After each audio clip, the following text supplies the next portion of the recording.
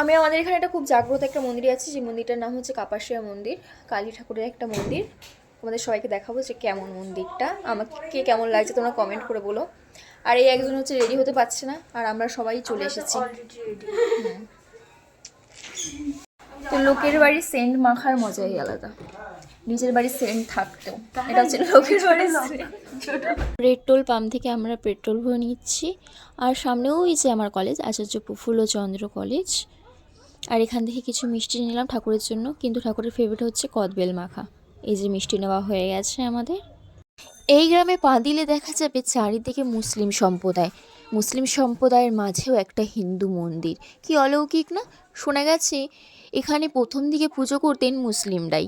1962 খ্রিস্টাব্দে কিছু হিন্দু সম্প্রদায় এখানে বসবাস করতে শুরু করেন। তখন মুসলিমরাই তাদের হাতে এই মন্দিরে দায়ভার তুলে দিয়ে থাকে। মায়ের একনিষ্ঠ ভক্ত এই গ্রামের মুসলিমরা, তাই এই গ্রামে হয় না কোনোদিনও গরু কুরবানি। মায়ের সব থেকে প্রিয় খাবার হচ্ছে টক জিনিস, কদবেল, আমড়া, এইসব। পুজো শেষ হওয়ার পর এখানে ভোগ দেওয়া হয়। আমরা দাঁড়িয়ে পড়েছিলাম এখানে লাইনে, আর ভোগটা পুরো অমৃত।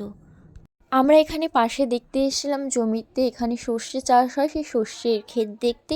তো কাকু আমাদের বললো এখানে যারা মন্দিরে আসে তারা এসে ক্ষেতটাকে পুরো নষ্ট করে দিচ্ছে, তা প্লিজ কেউ এরকম করো না, নষ্ট করো না, তোমরা যাও গিয়ে দেখো, বাট এরকমভাবে নষ্ট করা বা ছিঁড়ে বাড়িতে নিয়ে যাবে এগুলো একদমই উচিত না।